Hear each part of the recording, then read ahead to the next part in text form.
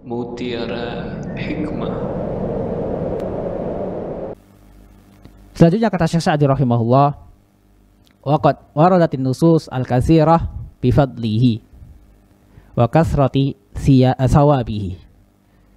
Dan telah datang banyak sekali nas-nas yang menjelaskan tentang keutamaannya dan banyaknya pahalanya, yaitu pahala azan. Maka di sini kita akan bawakan keutamaan atau hadis-hadis berkaitan dengan keutamaan adzan. Yang pertama di antara keutamaan adzan, bahwasanya adzan untuk menunjukkan apa? Waktu-waktu sholat. Adzan termasuk syiar Islam, termasuk syiar Islam, atau sebagai pertanda datangnya waktu sholat. Kali Nabi SAW memerintahkan kepada para sahabat untuk salah satu di antara mereka untuk mengumandangkan adzan, fal yu'adzin lakum ahadukum. Maka faedah pertama atau keutamaan pertama, adzan adalah perintah Nabi SAW. Yang kedua, bahwasanya adzan termasuk sesuatu yang ditakuti oleh setan. Jadi setan takut dengan suara adzan. Takut dengan suara adzan. Sebagaimana hadis yang diriwayatkan oleh Bukhari dan juga Muslim dari sahabat Abu Hurairah. Nabi SAW bersabda, "Idza nudiya lis-salati adbara syaitan walau durat." Jika dikumandangkan adzan, maka setan pun pergi dalam keadaan mengeluarkan angin, yaitu kentut. Mereka kabur ketika mendengar suara adzan. Hatta la yasma' at-ta'dzin, sampai dia tidak mendengar adzan. Fa idza qada nidaa, dan ketika adzan telah selesai, aqbala hatta idza sawwa bis salati adbar.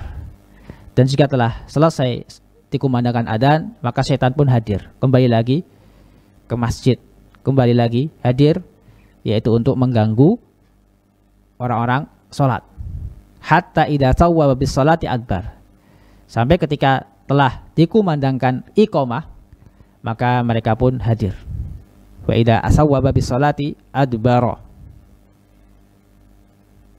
Jadi ketika dikumandangkan qomat, mereka pun lari kembali. Kemudian datang dan mengganggu orang-orang untuk sholat. Di sini menunjukkan bahwasanya adzan termasuk sesuatu yang dibenci oleh setan. Mereka takut ketika mendengar suara adzan. Keutamaan kedua di antara keutamaan adzan, bahwasanya adzan, orang yang mengumandangkan adzan akan mendapatkan pahala yang besar dari Allah Subhanahu wa taala. Di mana hadis diriwayatkan oleh Bukhari dan Muslim dari sahabat Abu Hurairah, Nabi SAW bersabda, "Lau ya'lamun nas ma fi nida'i was-safil awwal, thumma lam yajidu illa ayastahimu alaihi lastahamu."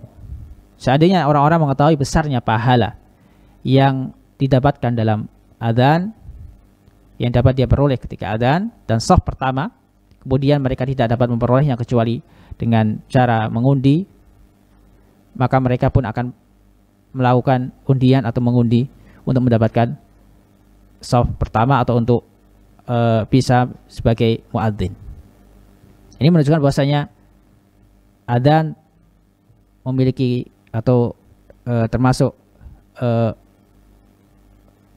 amalan yang dapat mendatangkan pahala yang besar di sisi Allah Subhanahu wa taala.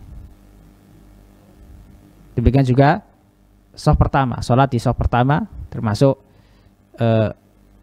pahala atau termasuk amalan yang bisa mendatangkan pahala yang besar. Maka hendaknya kita berusaha agar senantiasa mendapatkan shaf pertama atau hadir di masjid di awal waktu, sehingga kita mendapatkan pahala yang besar dari Allah Subhanahu wa taala. Keutamaan yang ketiga atau keutamaan yang lain yang menunjukkan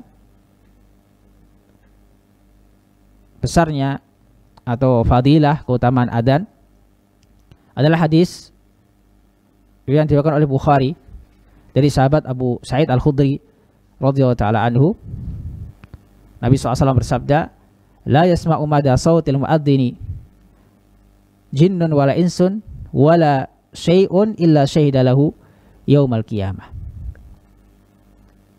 Bahwasanya adzan atau orang yang mendengar adzan tidaklah jin dan manusia, serta tidak ada sesuatu pun yang mendengar suara lantunan adzan dari seorang muadzin melainkan akan menjadi saksi kebaikan bagi si muadzin kelak di hari kiamat.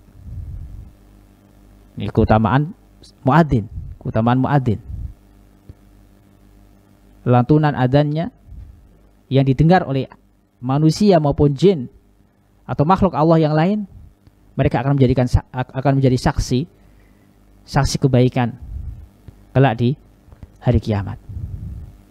Maka bersyukurlah orang-orang yang bertugas sebagai muadzin. Dia akan mendapatkan keutamaan semuanya yang disebutkan dalam hadis Abi Sa'id Al-Khudri radhiyallahu taala anhu.